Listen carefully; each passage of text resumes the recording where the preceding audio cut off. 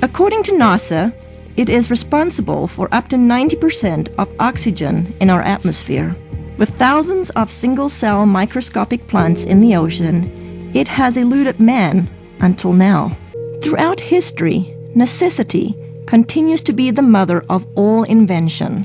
He was creating the phytoplankton to feed his shellfish, and as the business grew, his health started to deteriorate, and I used to think that he was just maybe overworked or, tired, and he ended up getting diagnosed with some pretty serious illness about a year ago. They had diagnosed me with quite a serious cancer. In fact, a very serious cancer. It's called mesothelioma, and there's only about 2,000 cases a year in North America. Nobody survives. With just 9 weeks to a few months to live, Mr. Harper did the unimaginable. I was not expecting what I heard. They basically gave him 9 weeks to 9 months to live. Well, it was a pretty big blow, so trying to get my affairs in order, which had to be done. We then, just basically settled down for me to start slowly, dying. I had to go down and pick out his grave plot, and that was a really, just a very horrible, raw, vulnerable time. While all this was happening, getting ready for his surgery, we'd all been giving him a bit of a hard time because he had been eating phytoplankton out of the tanks at work.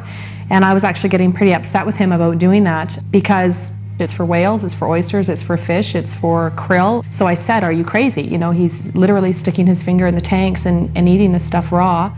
I started on a daily routine of just taking a bit of paste, putting it in my mouth, and wash it down with a drink of water and go about my daily business, what I could do. And within about 10 to 15 days, here I am, starting less pain in my back. I knew that something was going on.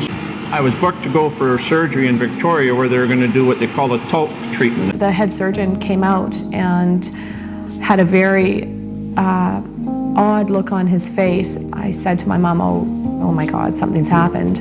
My dad's died, and I was just shaking and panicking, and the surgeon came up to me and he said, I don't know what's going on here, but there's a strange foreign white substance covering your dad's tumors in his lungs, and we've never seen anything like it before.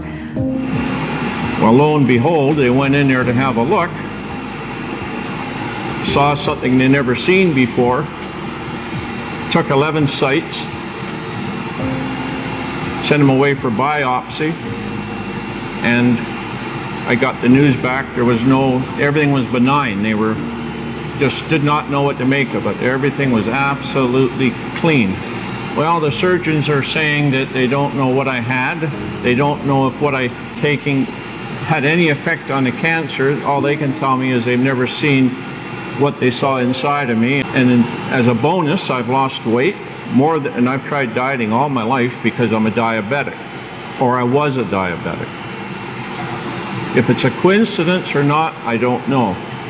But anyway, my blood sugar started dropping, my weight started falling off, and I ended up probably within about a 6-month period, here I am no longer requiring insulin, and I was taking 88 units a day of insulin, and I now can eat just about what I want in moderation, and I have no elevated sugar levels, and I feel fabulous. In phytoplankton, there are 2 xanthophylls I can think of offhand that potentially have some great benefits, fucoxanthin and diadinoxanthin. With this scientific breakthrough, it's no wonder experts from all over the world are clamoring to get their hands on phytoplankton.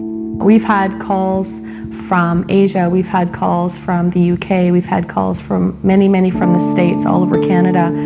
People that have heard about this, whether it be through word of mouth, through any articles that have been written in the newspaper, but this is a product that is in such huge demand, and it's very interesting when we're getting phone calls from people within the medical system or within the holistic healing, people that are really taking a stand around their health, that are looking for something. Those who partake this precious product are embracing health in a way like never before. A really good friend, and he had this problem with dandruff. I mean, we tried everything with him. Nutritional approaches, we've tried emotional approaches, we've tried adjustments, anything you could think of. He came into my office one day and he literally bent over and did this. He does that and I'm looking, there's nothing. And I couldn't believe it. And then he says, well, I got this stuff. And it turned out to be the plankton, the phytoplankton. And I said, well, what did you do with it? Did you put it on your head? He said, no, I just took it internally. And I said, well, how long have you been doing this? And it wasn't even a week. It wasn't even a week till it was completely gone. When I saw that, I mean, lights went off all over the place. I mean, for that to have an internal product, to have that kind of an effect on an external problem like that, it means that it had to do something amazing internally. What's really interesting is a lot of the common diseases we're having today, what are they finding? They're finding damage to the cellular level, the mitochondria at the cellular level, whether it's heart disease, whether it's fibromyalgia, chronic fatigue, any muscular related diseases, any neurological diseases, Alzheimer's, those kinds of things. They're finding the exact same thing. Phytoplankton is such a complete nutrient. And when I look at a complete nutrient, what I'm looking for is I'm looking for as close to nature as possible. And in all of the indigenous peoples of the world, the reason they're so healthy, and all of the studies that show that they have the better complexions and the better teeth and don't have dental care but their teeth are okay and they're healthy and they live a long life, is because they eat very close to nature. And so the closer to nature you can get, the better you will survive, because the better nutrients can be transferred to your cells.